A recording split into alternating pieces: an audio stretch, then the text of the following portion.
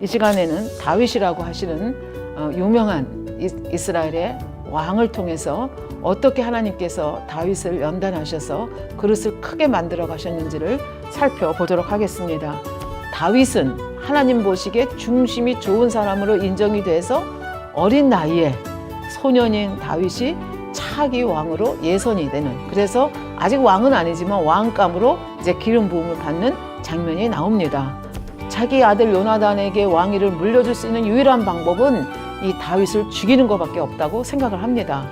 그래서 어떻게든지 다윗을 죽이고자 계획을 세우고, 계획 세우는 것이 아니라 행동으로 옮기게 됩니다.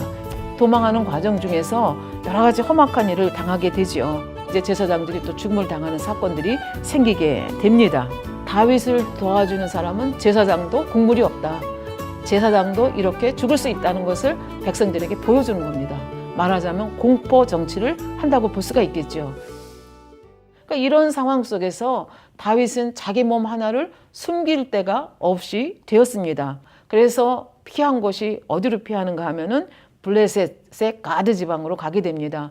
가드는 어떤 곳입니까? 골리앗 장군이 살던 곳입니다. 그러니까 골리앗 장군을 잡아 죽인 그 장본인인 다윗이 골리앗이 가지고 있던 칼을 들고 지금 어디로 왔습니까? 가드왕 아기스에게 왔습니다.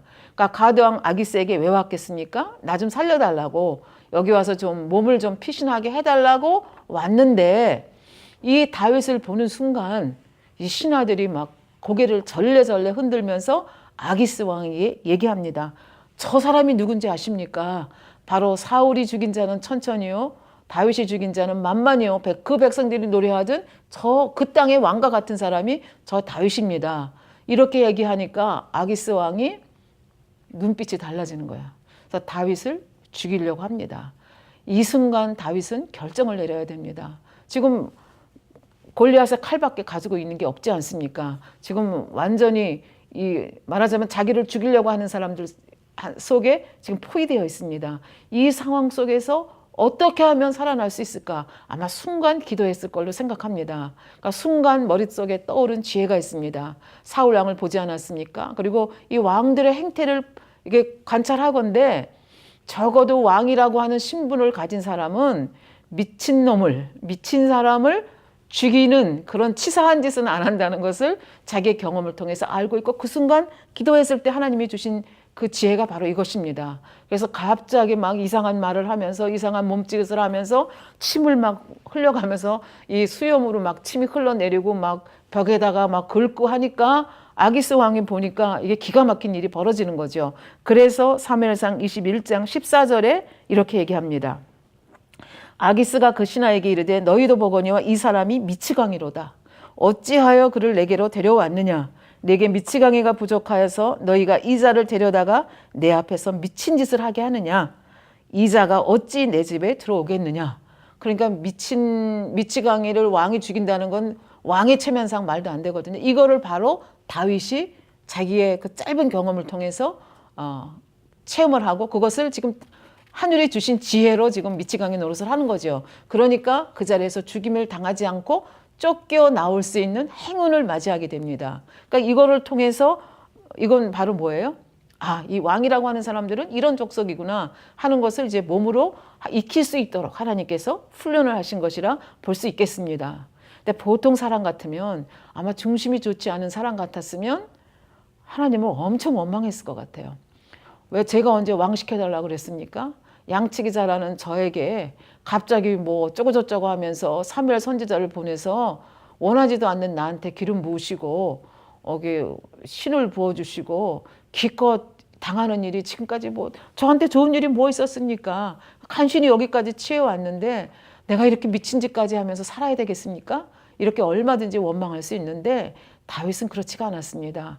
다윗은 적어도 하나님께 대한 신뢰는 100%입니다. 누구도 그 신뢰를 깨트릴 수가 없다는 것을 알 수가 있습니다. 무엇을 통해서요? 다윗의 고백을 통해서 알 수가 있습니다. 시편 34편에 보면 이런 소제목이 붙어 있습니다. 다윗이 아비멜렉 앞에서 미친 채 하다가, 아비멜렉은 블레셋의 왕이라는 뜻입니다. 미친 채 하다가 쫓겨나다 지은 시, 아까도 말씀드렸죠. 보통 사람 같으면 원망하고 불평하고 왜 나를 기름 부으셨냐고 그렇게 말했을 것입니다. 우리 이스라엘 백성들이 출애굽하면서 엄청나게 원망하고 불평한 거 알고 있지 않습니까? 그런데 다윗은 그렇게 고백하지 않았습니다. 하나님 앞에 이렇게까지라도 해서 제 생명을 구원해 주시니 아버지 너무나 감사합니다. 감사 찬양을 올리고 하나님께 영광을 올려드리는 그런 고백을 시편 34편을 통해서 볼 수가 있습니다. 지금까지는 전쟁의 용사였다고 하면 이러한 그 미친 채 하면서 살아나는 이런 경험을 통해서는 이제 인생의 용사로 거듭나는 너무나 큰 그릇으로 한 번 또 탈바꿈을 하는 이 껍질을 벗는 그런 다윗의 모습을 볼 수가 있습니다. 4절서부터 몇 절만 제가 읽어드리겠습니다. 하나님을 어떻게 생각하느냐 하는 겁니다. 언제 지었다 그랬어요? 미친 채 하고 간신히 쫓겨나왔을 때 이 시를 지었다고 했습니다. 34편 4절부터 보겠습니다. 내가 여호와께 구하매 내게 응답하시고 내 모든 두려움에서 나를 건지셨도다. 저희가 주를 앙망하고 광채를 입었으니 그 얼굴이 영영이 부끄럽지 아니하리로다. 이 곤고한 자가 부르짖음에 여호와께서 들으시고 그 모든 환난에서 구원하셨도다. 아버지 감사합니다. 7절 여호와의 사자가 주를 경외하는 자를 둘러 친치고 저희를 건지시는도다. 8절 너희는 여호와의 선하심을 맛보아 알지어다. 그에게 피하는 자는 복이 있도다. 그래서 여호와의 선하심을 노래합니다. 자기를 구원하신 그 여호와의 선하심을 감사하고 아버지께 영광을 돌려드리는 모습을 볼 수가 있습니다. 아까도 말씀드렸지만 전쟁의 용사로 끝나는 것이 아니라 이제는 인생의 용사로 다시 한번 허물을 벗고 성장하는 그런 모습을 볼 수가 있습니다. 근데 하나님께서는 이것으로 끝내게 하지 아니하였습니다. 이제 블레셋에서 이스라엘로 돌아오지 않았습니까? 이스라엘은 여러분도 잘 아시지만 조그만 나라입니다. 어찌하든지 사울은 이 다윗을 잡기 위해서 3,000명의 특공대를 만들어서 다윗이 떴다 그러면 거기를 찾아다니면서 어떻게든지 다윗을 잡아 죽이려고 합니다. 그런데 다윗을 잡아 죽이려면 누군가가 밀고를 해야 되지 않습니까? 어디 있는지 알려줘야 되지 않습니까? 그러니까 다윗에 대해서 굉장히 나쁜 소문을 퍼뜨립니다. 다윗은 나쁜 놈이다. 왕위를 뺏으려고 하는 놈이다. 다윗은 잡아 죽여야 된다. 이런 의식을 백성들에게 심어줍니다. 다윗을 도와주는 사람은 국물도 없다. 어떻게 국물이 없는가? 노베 제사장들이 먹을 떡을 주고 칼을 줬잖아요. 그거 하나만으로도 노베 제사장들을 깡그리 다 잡아 죽였습니다. 그리고 그것으로 끝나지 아니하고 어떻게 했습니까? 그 성읍에 있는 사람들도 짐승도 다 죽였습니다. 말하자면 본보기를 보여준 겁니다. 다윗을 도와주는 사람은 이렇게 된다. 그러니까 굉장히 공포 정치를 하는 거죠. 그러니까 백성들은 다윗을 마음속으로 사랑해도 내가 살기 위해서 어떻게 해야 돼요? 묵인하거나 아니면 조금 악한 마음이 있는 사람들은 어떻게 하겠습니까? 밀고 할 수밖에 없는 이런 상황이 되는 거죠. 그래서 이런 것, 다윗은 나쁜 사람이다, 다윗은 죽여야 할 사람이다, 이런 소문이 이제 퍼지면서 알만한 사람은 알지만 또 모르는 사람들은 또 많이 있지요. 그래서 이 다윗을 허술하게 대하고 다윗을 조롱하고 다윗을 비웃고 잘못 대하는 사람들이 나타나게 됩니다. 그 중에 대표적인 사람이 나발이라고 하는 사람입니다. 여러분들 사무엘상 25장에 그 나발의 망언 사건 아시죠? 나발은 굉장히 부자라고 성경에 돼 있습니다. 양이 3,000이고 염소가 1,000마리입니다. 그리고 이제 이렇게 기르다가 때가 되면 양털을 깎고 이제 이런 시기가 오는데 이렇게 그 나발의 양과 염소 때가 많은데 이거를 누가 지켜주었는가? 다윗이 같이 거하는 600명의 사람들이 있었거든요. 원통한 사람들, 이런저런 문제가 있는 사람들이 다윗을 찾아왔습니다. 그러니까 사실은 숨어 다니는 다윗의 입장에서 600명을 같이 이렇게 먹이고 입힌다는 것이 쉬운 일이 아닙니다. 그래서 이 다윗의 이 600명의 사람들이 이 양떼, 소떼를 지켜줘서 하나도 잡혀가지 않도록, 강도당하지 않고 짐승들에게 잡혀가지 않도록 잘 한처를 보호해줬습니다. 그런데 이제 양털 깎는 날이 왔다는 소문을 듣고, 양털 깎는 날은 잔칫날이거든요. 추수날이니까 추수날은 음식을 많이 장만하고 인심 좋게 이렇게 베푸는 날입니다. 그러니까 다윗은 자기들이 양떼를 지켜주고 이렇게 한 간이 있기 때문에 이제 소년들을 몇 사람 보내가지고 우리에게 이렇게 좀 우리를 도와줬으면 좋겠다. 그리고 굉장히 정중한 말로 요청을 합니다. 근데 이 정중한 말로 요청한 것에 대해서 나발이 아주 조롱하면서 대답하는 장면이 사무엘상 25장 10절 11절에 나옵니다. 나발이 다윗의 사환들에게, 그러니까 정중하게 요구하는 다윗의 사환들에게 대답하여 가로되 다윗은 누구며 이새의 아들은 누구뇨? 다윗이 누구야? 이새의 아들이 누구야? 우습게 보는 거죠. 그러면서 얘기합니다. 근일에 각기 주인에게서 억지로 떠나는 종이 많도다. 그러니까 다윗을 어떻게 보는가 하면 주인은 누구예요? 사울 왕을 얘기하죠. 사울 왕에서 억지로 떠나서 저렇게 반역을 일으키는 자다. 이렇게 보고 있는 겁니다. 내가 어찌 내 떡과 물과 내 양털 깎는 자를 위하여 잡은 고기를 가져 어디로서인지 알지도 못하는 자들에게, 저렇게 떠돌아다니는 저들에게, 저 불황아 같은 저들에게 어떻게 내 떡과 내 물과 내 고기를 주겠냐? 못 주겠다. 이런 얘기입니다. 사환들이 돌아와서 이 보고를 합니다. 그러자 다윗은 너무나 화가 났습니다. 이때 아직 큰 그릇으로 다듬어지지 못했기 때문에 혈기가 나고 분노가 나서 13절에 보니까 이렇게 되어 있습니다.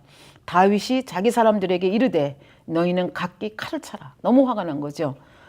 각기 칼을 차매 다윗도 자기 칼을 차고 400명가량을 데리고 올라가고 200명은 소유물 곁에 있게 하니라. 그러니까 600명 중에서 200명은 남겨두고 400명을 다 칼을 차라 그러고 자기도 칼을 찼습니다. 그리고 자 같이 떠나자고 합니다. 뭐 하기 위해서 떠납니까? 사무엘상 25장 21절 22절에 보면 이렇게 되어 있습니다. 다윗이 이미 말하기를 내가 이 자의 소유물을 광야에서 지켜 그 모든 것을 하나도 손실이 없게 한 것이 진실로 허사라. 내가 선으로 대했더니 이 사람이 악으로 대하는구나. 그가 악으로 나의 선을 갚는도다. 내가 그에게 속한 것들 중 한 남자라도 아침까지 남겨두면, 그러니까 씨를 말리겠다는 거예요. 그 집에 아들들 나발만 죽이겠다는 게 아니라 종들까지, 남자들은 다 죽이겠다는 거예요. 아침까지 남겨두면 하나님은 다윗에게 벌을 내리시고 또 내리시기를 원하노라. 그러니까 지금 몇 시간만 있으면 다 죽게 생기는 그 상황이 됐는데 이 보고를 누가 받는가 하면은 이 어리석은 나발의 아내 아비가일이 받습니다. 근데 아비가일은 이 일을 모르고 있었습니다. 이 보고를 받는 순간 위기를 느끼는 거죠. 왜? 자기 집이 지금 쑥대밭이 되게 생겼습니다. 그래서 다윗이 요청한 그 음식들을 아주 넘치도록 나귀에 싣고 그리고 가서 다윗을 중간에서 만납니다. 그래서 우선 바리바리 실어온 거 그거 다윗이 보겠죠. 그리고 말합니다. 장차 왕이 되실 분이 저 미련한 인간 하나 죽여서, 나발 하나 죽여서 무슨 소용이 있습니까? 나중에 왕이 되셨을 때 오점이 되지 않겠습니까? 그러니까 저 나발이라는 어리석은 인간 때문에 오점을 남기는 일을 안 하셨으면 좋겠습니다. 그렇게 하고 갖고 온 물건을 풀어내보이죠. 그러니까 다윗이 이 아비가일이 얼마나 지혜롭고 아름다웠는지 그냥 그 말에 모든 분노가 다 풀려서 그 음식만 갖고 돌아가는 일이 벌어지게 됩니다. 그래서 만일에 다윗이 아비가일이 아니었더라면 나발의 집을 쑥대밭을 냈을 것이고 이것은 왜냐하면 나발은 자기 백성 아닙니까? 그리고 자기 백성을 사실은 달라고 했는데 주지 않았다고 해서 이렇게 쑥대밭을 만든다는 것은 나쁘게 얘기하면 조직 폭력배들이나 하는 일 아닙니까? 그러니까 다윗이 잘못하면 이게 엄청난 오점을 남길 수 있는 이런 걸 누가 막아줬습니까? 아비가일이라고 하는 지혜로운 여인을 통해서 막아줬습니다. 그리고 원수 갚는 것은 인간이 하는 일이 아니다. 그것을 또 이 사건을 통해서 배우게 합니다. 왜냐하면 36절, 38절에 보면 아비가일이 나발에게 돌아오니 그가 왕의 잔치 같은 잔치를 그 집에 배설하고 대취하여 크게 취하여서 마음에 기뻐함으로 아비가일이 밝는 아침까지는 다소간 말하지 아니하다가 왜? 술 취한 사람에게 얘기해봤자 소용없지 않습니까? 그러니까 잠 잘 자게 내버려 두고 그 다음날 아침에 맑은 정신으로 얘기합니다. 아침에 나발이 포도주가 깬 후에 그 아내가 그에게 이 일을 고하매 그가 낙담하여, 너 큰일 났거든요. 낙담하여 몸이 돌과 같이 되었더니 한 열흘 후에 여호와께서 나발을 치심에 그가 죽으니라. 그러니까 원수 갚는 것을 내가 꼭 갚아야 되는 게 아니구나. 하나님이 갚아주시는구나.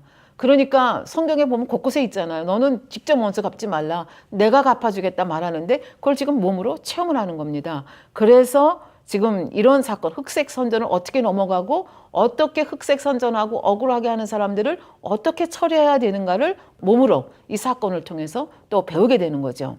그런가 하면 아까 밀고 하는 백성들이 많다는 말씀 드리지 않았습니까? 백성들은 연약한 사람들입니다. 밀고 하지 않으면, 다윗이 나타났는데 아무도 신고하지 않으면 잘못하면 잡아다가 죽일 수 있는 가능성이 너무나 높습니다.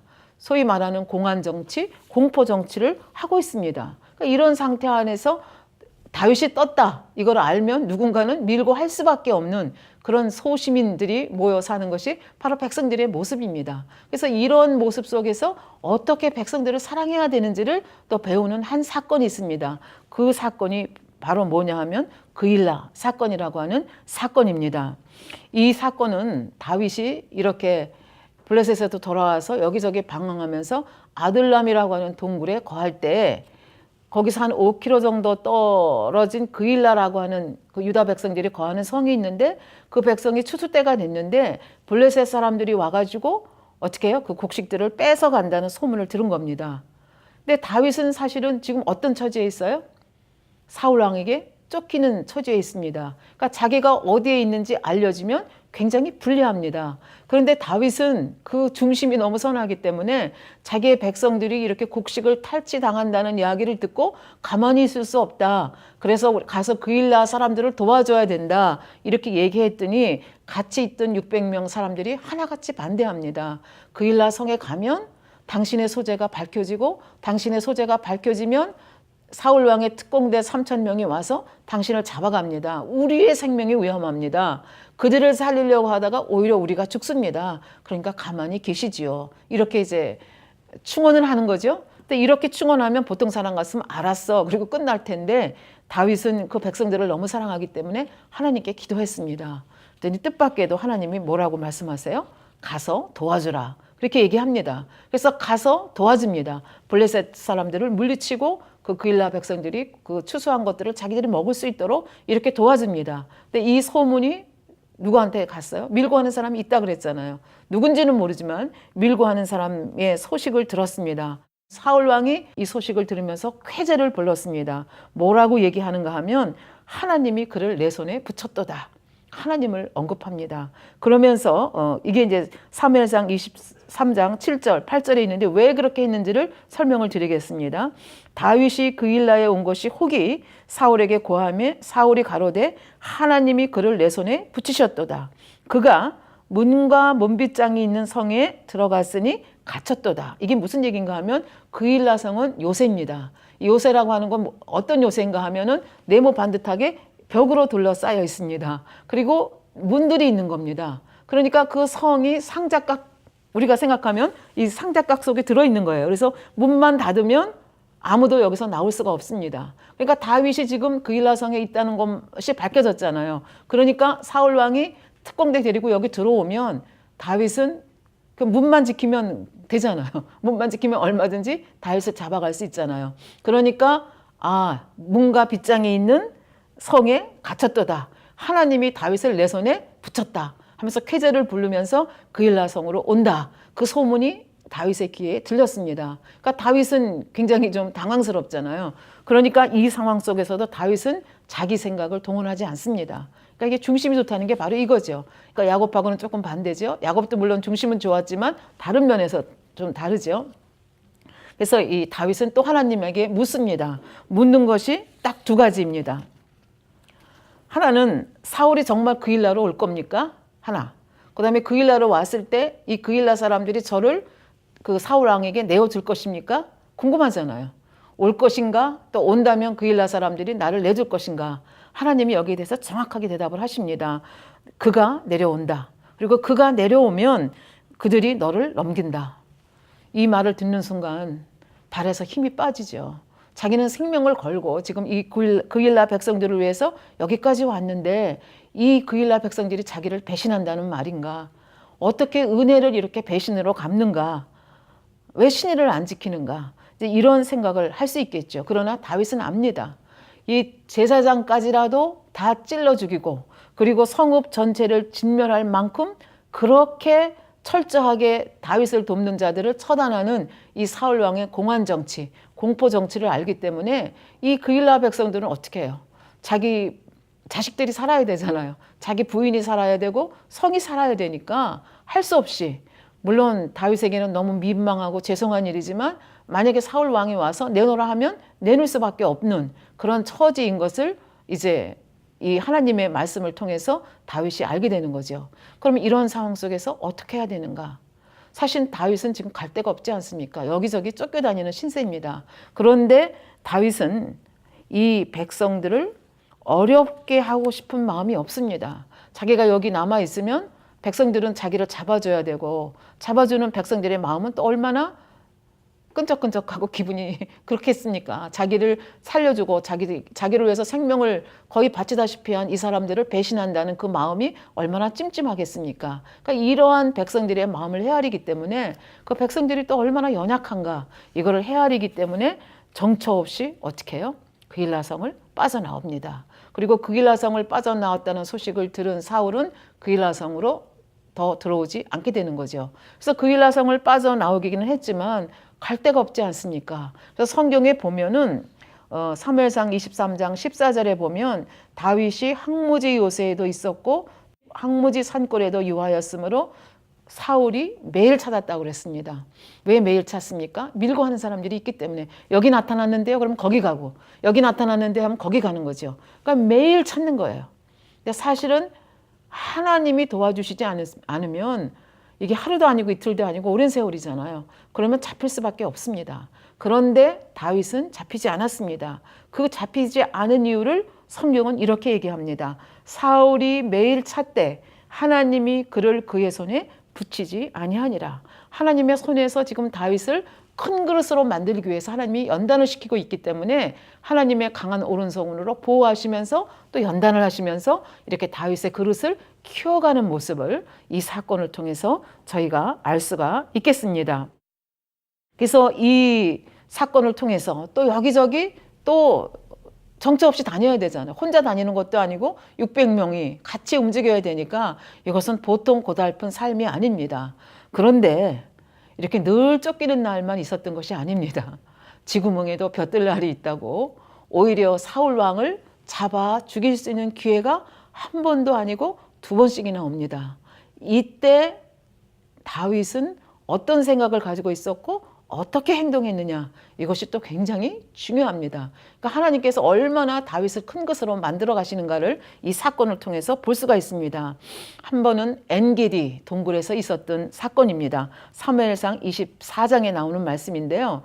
이 다윗과 다윗의 신하들이 큰 동굴 속 깊은 곳에 있었습니다. 그런데 이 다윗을 추적하기 위해서 온 사울 왕이 성경에 보면 발을 가리러 왔다, 이렇게 그 동굴로 들어왔다 되어 있습니다. 그래서 발을 가리러 왔다는 것은 학자에 따라서 여러 가지로 뭐 해석을 하지만 이제 용변을 보러 왔다, 대개 이제 이렇게 해석을 합니다. 그래서 용변을 보러 와서 용변을 보려고 앉아 있지 않겠습니까? 그러면 캄캄하잖아요. 동굴은 캄캄하니까 뒤에서 얼마든지 칼로 내려쳐서 죽일 수 있습니다. 그러니까 이 죽일 수 있는 상황 속에서 옆에 있는 신하들이, 부하들이 얘기하죠. 하나님이 우리에게 주신 기회입니다. 지금 이 사울 왕을 죽이십시오. 그런데 제지합니다. 죽여서는 안 된다. 그러면서 겉옷자락만 살짝 베는 것을 볼 수가 있습니다. 그리고 사울 왕이 밖으로 나갔을 때에 이제 자기가 그 베은 옷을 보이면서 나는 당신을 죽일 의사가 전혀 없다는 것을 표현하는 것을 우리가 24장에서 볼 수가 있겠습니다. 사실 왜 다윗 왕이라고 이 쫓겨다니는 도망자의 생활이 왜 고달프지 않겠습니까?